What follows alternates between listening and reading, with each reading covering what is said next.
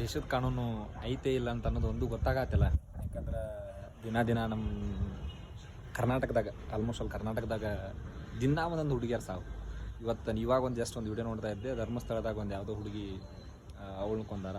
ಅದಾದಮೇಲೆ ಒಂದು 13 ವರ್ಷದ 14 ವರ್ಷದ ಹುಡುಗಿನ ಸುಟ್ಕೇಸ್ನ ಹಾಕಿಟ್ಟಾರ.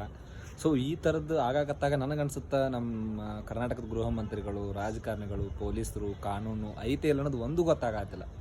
ಸೊ ನಾನು ಅಂದ್ರೆ ಈ ವಿಡಿಯೋ ಮಾಡೋದ್ರಿಂದ ಎಲ್ಲ ಚೇಂಜ್ ಆಗತ್ತೆ ಅಂತ ಹೇಳ್ತಿಲ್ಲ, ಬಟ್ ಅಟ್ಲೀಸ್ಟ್ ಇಂಥವೆಲ್ಲ ಆದಾಗ ಸೊ ಎಲ್ಲರೂ ನಿಂತ್ಕೊಂಡು ಧ್ವನಿ ಮಾಡಿದ್ರೆ ಅಥವಾ ಆ ವಿಷಯದ ಪರವಾಗಿ ನಾವೆಲ್ಲ ಮಾತಾಡಿದ್ರೆ, ಸೊ ಈ ವಿಷಯದೊಳಗೆ ಥರ್ಡ್ ಐ ಸುಬ್ರಹ್ಮಣ್ಯ ಸಂಡಿಗೆ ಅವರು ಎಲ್ಲ ಭಾರಿ ಚೆನ್ನಾಗಿ ಮಾತಾಡ್ತಾರೆ. ಅಂದ್ರೆ ಅವರು ಯಾರ ಬಗ್ಗೆನೂ ತಲೆ ಕೆಡಿಸ್ಕೊಳಲ್ಲ, ಯಾವ ಪೊಲೀಸ್ರ ಬಗ್ಗೆ ತಲೆ ಕೆಡಿಸ್ಕೊಳಲ್ಲ, ಯಾವ ರಾಜಕೀಯರ ಬಗ್ಗೆ ತಲೆ ಕೆಡಿಸ್ಕೊಳಲ್ಲ.